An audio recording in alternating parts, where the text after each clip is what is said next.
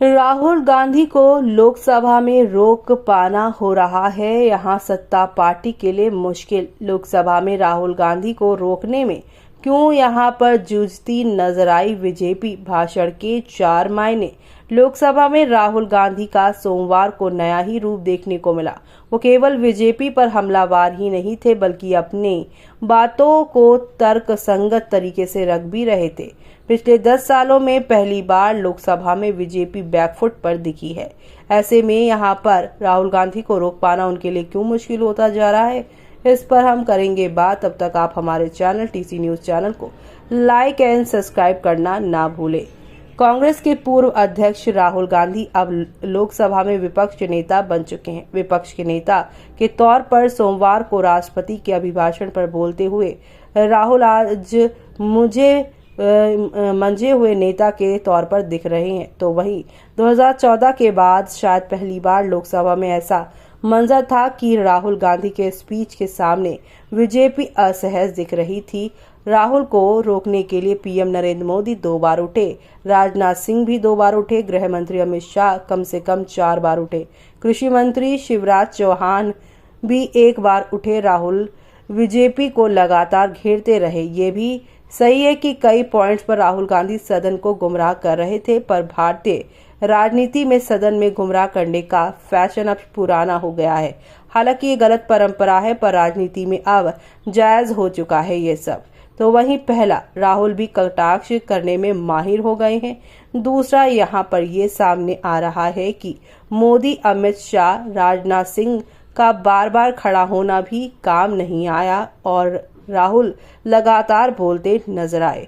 सच झूठ से बेपरवाह थे वो। तो वहीं राहुल शुरू से ही हमलावर रहे हैं। जी हाँ, ऐसे अब यहाँ पर मुद्दे सामने आ रहे हैं। तो अब आपको बता दें कि यहाँ पर ये सारी चीजें सामने आई हैं। तो यहाँ पर राहुल का कटाक्ष अब बहुत ज्यादा यहाँ पर जो है माहिर हो चुके हैं। उसमें ऐसी बातें सामने आ रही है। भारतीय राजनीति में नरेंद्र मोदी के आगमन के बाद भाषण कला में कटाक्ष की महत्वपूर्ण भूमिका हो गई है। कटाक्ष सुनने में जनता को भी मजा आता है। अभी तक राहुल गांधी का भाषण सीधा और सपाट होता था। इस कला में प्रधानमंत्री भारी पड़ रहे थे, पर अब इस कला का परिचय राहुल गांधी ने भी खूब दिखा दिया है और बढ़िया दिखाया है। जी हाँ, उदाहरण जैसे राहुल गांधी ने पहले कहा कि पीएम मोदी ने बोला और मेरा डायरेक्ट कनेक्शन है भगवान से, ये मैंने नहीं, पीएम मोदी ने बोला है। स्पीकर ने स्पीच में रोकते हुए कहा है कि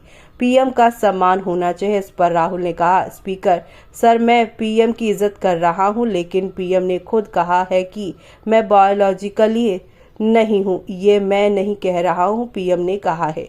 पीएम मोदी को डायरेक्ट ऊपर से मैसेज आया और उन्होंने नोटबंदी कर दी। अरबपतियों की मदद के लिए जीएसटी और नोटबंदी की गई। जी हाँ, ऐसे उन्होंने कटाक्ष दिया। तो वहीं यहाँ पर बार बार अमित शाह, मोदी और राजनाथ के खड़े होने का भी नहीं हो पा रहा था असर राहुल पर। तो आपको बता दें, राहुल लोकसभा में बीजेपी पर हमलावर थे और बीजेपी लगातार उन्हें घेरने का प्रयास कर रही थी, पर सफल नहीं हो पा रही थी। राहुल ने मोदी जी ने अपने भाषण में एक दिन कहा था कि हिंदुस्तान ने कभी किसी पर हमला नहीं किया। इसका कारण है कि हिंदुस्तान अहिंसा का देश है, यहाँ डरते नहीं है। हमारे महापुरुषों ने ये संदेश दिया, डरो मत, डराओ मत। शिव जी कहते हैं डरो मत, डराओ मत, और त्रिशूल को जमीन पर गाड़ देते हैं। दूसरी तरफ जो लोग अपने आप को हिंदू कहते हैं वो 24 घंटे हिंसा हिंसा, नफरत नफरत नफरत। आप हिंदू हो ही नहीं, हिंदू धर्म में साफ लिखा है कि सच का साथ देना चाहिए। इसी के साथ यहाँ पर सच झूठ से वो बेपरवाह थे। जी हाँ, चुनावों में संविधान बचाओ नारों को मिले समर्थन के बाद से कांग्रेस को ये एहसास हो गया है कि झूठ या सही, बस नैरेटिव गढ़ने से ही विजय संभव है। शायद यही कारण है कि कॉन्फिडेंस के साथ नैरेटिव सेट करने पर ही जो दिया जा रहा है। राहुल गांधी ने अग्निवीर के संबंध में जो भी कुछ बोला उसे तथ्यहीन ही कहा जा सकता है। किसानों के बारे में भी बोलते हुए उन्होंने कुछ बातें ऐसी की जिन्हें तथ्यात्मक संबंध से नहीं जोड़ा जा सकता है।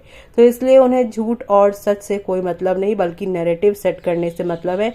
ऐसी खबरें आ रही हैं। तो वहीं राहुल गांधी आज अपनी स्पीच में शुरू से ही हमलेवार नजर आ रहे हैं। बीजेपी जब तक एक हमले का जवाब तैयार करती तब तक राहुल दूसरा फायर कर देते। संविधान के साथ सत्ता पक्ष के व्यवहार पर हमला करते हुए उन्होंने सबसे पहले बीजेपी पर देश की जनता को डराने का आरोप लगाया।